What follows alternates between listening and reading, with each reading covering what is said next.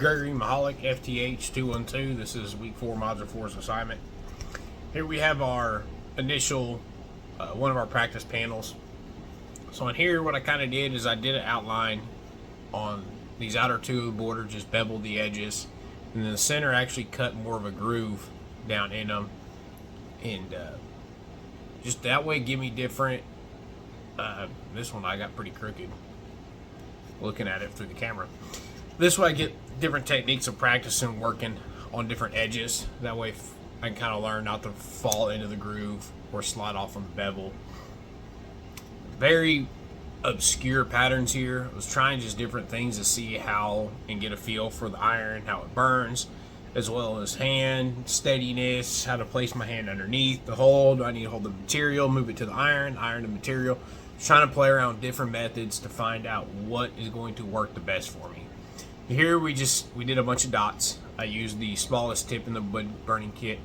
I used also the smallest tip on this one, trying to do something random, just where I dragged the iron through, but I was finding I could get melt kind of a puddle, but as I went, it'd get very bumpy, and then it would just work its way up and get very shallow and would not be very consistent as well. And as I was kind of doing it random, it was hard to fill in different gaps and stuff. So I didn't like the way that was looking at all. This middle one, I try to do kind of use the knife edge of it and try to do a kind of radiating pattern and keep filling in the gaps and working my way slowly out. But I was not able to keep it in a good circle. So then I tried to do just a bunch of lines to see how close I could get with them without bleeding apart. And down here I tried to use that knife edge and have a point, like two arrows, and they would kind of intersect. I also tried doing that up here as well, and it just, my hand's not steady enough. I couldn't do that real well. So that was that panel. This panel I did a little more on a border. It's definitely a lower area on the border of this. So there's a rise into the stippling, and did a lot of just the dots. I used a little bit wider tip on the dots on the top half, and then I went to the smaller tip on the bottom half just to see which one I felt the texture I liked better. So I also took a PMAG I had, did some dots in it to see how they felt. Very aggressive at the top. They were not nearly as aggressive in the bottom. Felt better just kind of on the finger. Here I did all diagonals, and I tried to come back through and do a diagonal. It just did not work well. I was not able to keep my hand very straight. The lines would kind of slowly veer off. Down here I tried to use, I think I did a crosshatch, and it just looked completely god awful. So I took the flat tip and use it to try to smooth it out to see if I could correct errors and how well I could correct them, and try to go back in and then stipple over if I needed that. So this one's pretty much doing some practice, making a mistake, and seeing if I can correct it. On this back end, I tried a different tip, do diagonals, did not have success. This side here, there's a tip in there, it's a round, it has a bunch of just straight lines in it. I tried to make a grid, it would just melt, and I could not keep them straight. Now is what I also try to use that tip here to go horizontal, then vertical, horizontal, vertical. It just did not work very well at all. See, we've got the borders. We've got all of our old grip texture removed. We've got it down, sanded down to 600 grit.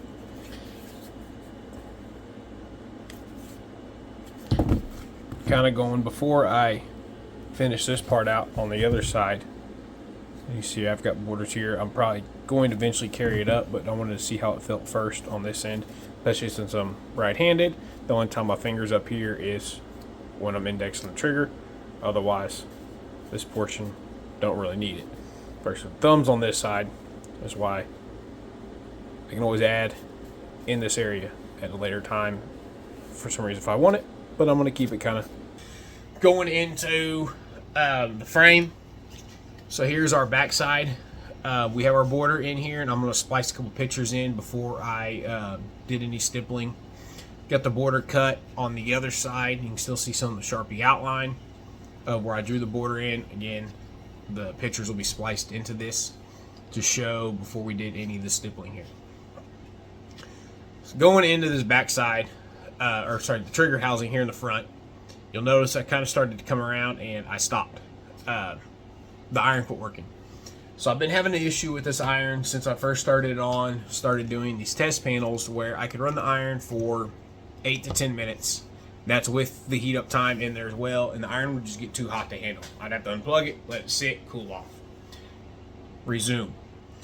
So doing this grip module here, it took several hours to do this because of the wood burning iron getting overly hot. So I shut down for dinner time, come back in to start working on this back around half here, and I made it, as you can see, not far. And the iron got so hot, so fast, that I actually burnt my finger. Just burnt the side of it. It's nothing bad, but the iron being that new and stuff, I feel like that should not have happened. Definitely got a very low quality product.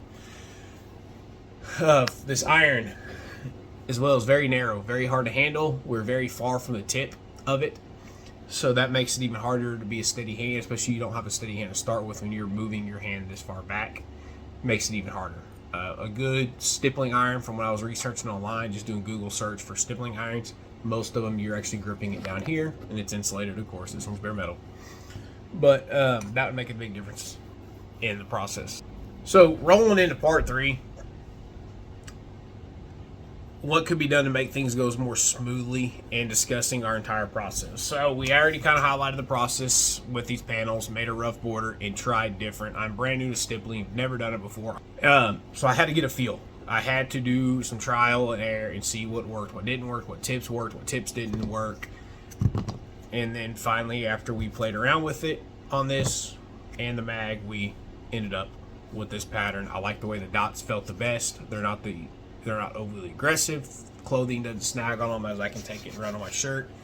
I don't feel like it's not too bad on rubbing it repeatedly on my skin. So making this easier, and things that go toward, back up. So we moved to the pistol. We had the initial pattern that was here from the pistol. I just followed that border, other than where, of course, the border was cut here and it was cut in the back. I just drew my lines with Sharpie across. I went and then sanded everything down, worked to cut my borders in, and then went into the stippling. Now, with things that could be done more smoothly in the future, kind of jumped ahead there a little bit. Better quality tools. An iron that does not get so hot you burn yourself. Bits for your Dremel that are actually designed to cut and not be used for polishing. This is a polishing bit. Comes with a Dremel supply. This round ball, if I can dig it out of here, is a polishing tool as well. This is not used to cut material. Sanding drums. There's 3 of these in there, 6 edges. If you start getting sharp, like you're trying to cut down in a groove on the border at an angle, you actually are going to burn that drum out, that wheel out, like that. So having proper, adequate tools. I went and bought this tip today when I found out, and I was struggling on that frame, struggling with cutting borders, that these tips were not going to do the job. I went and spent $15 on this tip. Bought another kit for like 15. I think I was 11 or 12. This was 15, and then I went as far farther, bought another kit today, which was I think $28. All in all, I spent 50 something bucks in order to do this project because the school sent inadequate stuff to make this a simple, easy process. And I'm not saying we need extremely high quality stuff, but we need better quality than we got. Dremel tool that titanium coated. This kit had one of the part numbers. This is the part number he uses. They worked a lot better. I'd already done damage on this trying to use the inadequate tools that I try to cover up and fix with this. Worked, but it wasn't as good as I think I could have given a product to do. Would I do this for a customer? I will put in the course critique the inferior tools, the issues with the tools. I'll also make sure that in course critique that I did burn my hand slightly from inadequate tools. When I looked this Weller wood burning up, it was $19, 20 bucks on Amazon, the exact same one. I feel like with the tuition price and what we got for this, the school could have gave us a little bit better iron and a little bit better tips, especially when they're buying in bulk. Yeah, this comes with the Dremel. There's nothing they can do about that coming in the kit, but they can send supplemental stuff to make it work a little bit better. That concludes week 4 assignment. Wish the school would also send a grip module out. That was the ones that have been cut, that are just like factory defect blemish ones or whatever. We're not having to necessarily mess up a perfectly good grip module learning.